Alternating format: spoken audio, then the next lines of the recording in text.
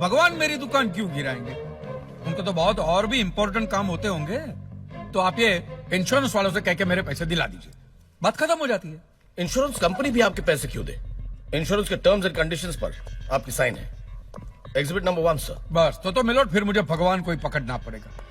तो फिर बुलाइए वो राम जी, शिव जी, गणपति, जिससे भी आपकी पट्टी हो। कीजिए अपड़गुम्बा तांडव बिंडो करके उधर। मूर्ख! मोक्ष की प्राप्ति होती है तभी भगवान मिलते हैं। तेरे जैसे तुच्छ मनुष्य के लिए भगवान धरती पर नहीं आएंगे। होंगे तो आएंगे ना महाराज। अरे क्या इतना लाखों का टर्नओवर है आपका, और थोड़ा ही सेटलमेंट करना, कर दीजिए। मैं तो कैश डिस्काउंट भी दूंगा। रियल सच।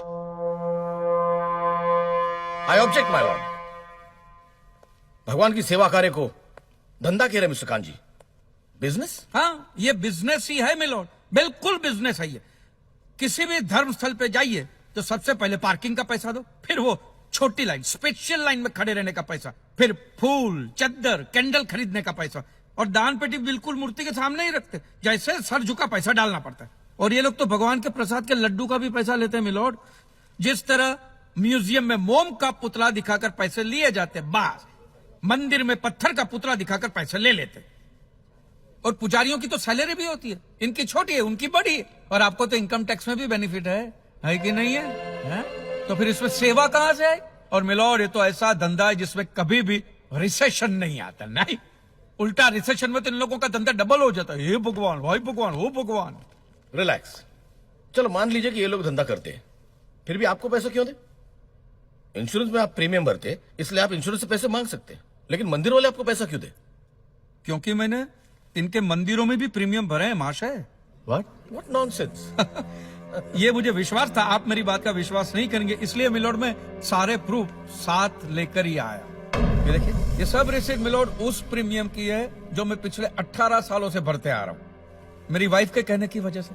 ये देखिए, पहला प्रीमियम मैंने भरा था 1501 रुपये का, साउथ में बहुत बड़ा मंदिर है, उसमें मैंने पैसे भरे थे। देखिए, फिर ये देखिए, हर साल 1000 रुपए भर रहा हूँ आपके गणपति के स्टॉल में। देखिए, उसे स्टॉल नहीं मंडप कहते हैं।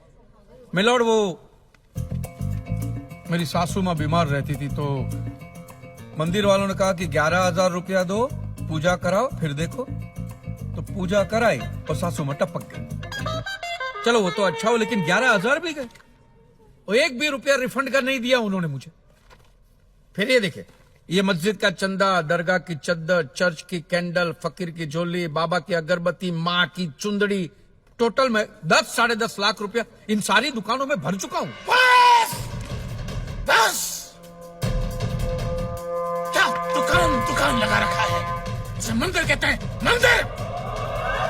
और मंदिर में लोग अपने परिवार की शांति और समृद्धि के लिए अपनी इच्छा से पैसा देते हैं। तो मैंने भी मेरे परिवार की शांति और समृद्धि के लिए ही पैसे भरे थे महाराज, कोई गंदा चूसने के लिए इन्वेस्ट नहीं किए थे।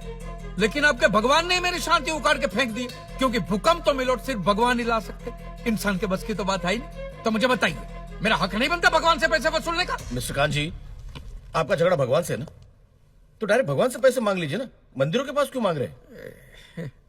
वकील साहब, आपके घर में बिजली या इलेक्ट्रिसिटी कौन सी कंपनी की आती है? रिलायंस की ना। तो घर में जब कभी भी बिजली का प्रॉब्लम होता है तो आप रिलायंस की ऑफिस में ही फोन करेंगे ना, सीधे अनिल अंबानी को तो नहीं बुलाएंगे ना। अनिल भाई आओ लाइट गई, अनिल भाई आओ लाइट गई। साइलेंस। आप कहना क्या चाहते हैं? What do mean? ये जो साधु यहाँ है, ये जो पंडित जी यहाँ है, ये क्या भगवान के ऑफिसर्स है? नहीं, ये लोग ऑफिसर्स नहीं है भाई, ऑफिसर तो पढ़े लिखे लोग होते हैं। ये लोग तो देखो मुंह देखो, सेल्समैन है मिलोड, सेल्समैन। भगवान के कलेक्शन एजेंट है, क्योंकि इन्होंने भगवान की फ्रेंचाइजी ली। न्यायाधीश महोदय, ये मनुष्य नास्तिक है। जो ये कह रहा है उसका ज्ञान स्वयं से नहीं है, परंतु हम तो साधु हैं, इसे क्षमा कर देते हैं। लेकिन इस अधम पाप के लिए दुनिया इसे कभी माफ नहीं करेगी। तेरा घर से निकलना कठिन हो जाएगा अगर भगवान के विरुद्ध कुछ भी कहा तूने। मैया मोरी, ये आपको मेरी चिंता हो रही है? कि मिलोड के सामने मुझे चेतावनी दे रही हैं? हमें जीव मात्र की चिंता है। तो फटाफट पैसे निकाले, बात खत्म कीजिए फिर। My Lord, this is enough. ये डोनेशन रिसीट्स है, जनरल सबमिशन। भगवान और मेरे क्लाइंट के बीच कोई एजेंसी एग्रीमेंट नहीं है। कान जी बेतु की बात कर रहे हैं। इतनी छोटी सी बात के लिए भगवान पर केस नहीं हो सकता। छोटी बात मिलोड, ये छोटी बात नहीं है। वो दुकान मेरा सब कुछ है, मेरी रोजी रोटी, मेरे बीवी बच्चों का सहारा वो दुकान है। और एक एक रुपया जोड़ के दिन रात की मेहनत के बाद मैंने वो दुकान बनाई थी। आज वहां पे सिर्फ जमीन का टुकड़ा रह गया है, वो भी कोई लेने को तैयार नहीं है। ये मंदिर वाले कहते हैं श्रद्धा से दान दो, आपका कभी बुरा नहीं होगा। और इंश्योरेंस वाले कहते हैं टाइम पे प्रीमियम दो, बुरा हुआ तो हम है ना। तो मैंने तो दान भी दिया है मिलोड, और प्रीमियम भी भरे, और आज दोनों के दोनों ने हाथ ऊपर कर लिए। मैं एक मामूली आदमी, मिडिल क्लास मैन, मेरा परिवार, मेरे बीवी बच्चे रास्ते पे आ जाएंगे। नहीं मिलोड, आपको मेरी बात इस अदालत में रखने का मुझे मौका देना ही चाहिए। और भारत का संविधान भी मुझे मेरी बात इस अदालत में रखने का हक देता है। Please milord.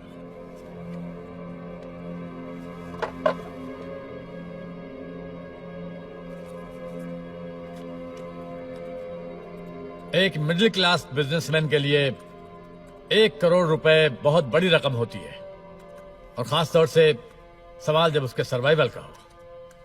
इसलिए यह अदालत कांजीलाल जी के मुकदमे को एक्सेप्ट करती है।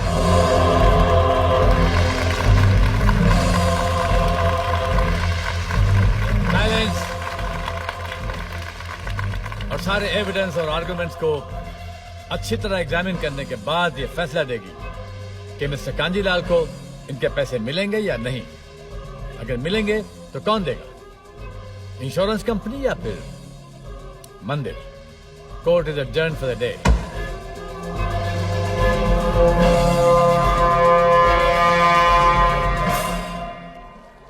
रुकिए रुकिए महाराज, अब आप लोगों को जितनी पूजा करनी हो, आरती करनी हो, जितना घंटा हिलाना हो, सब हिला लीजिए आप। आपके भगवान ने मेरे अकेले की दुकान गिराई है ना, तो अब मैंने अकेले ने उसकी सारी दुकानों पे ताले नहीं लगवाए ना महाराज, तो मेरा नाम भी कांजी लालजी मेहता नहीं। और ये मेरी आप लोगों के लिए कोई चिंता फिंता नहीं, खुली नंगी चेतावनी। यस।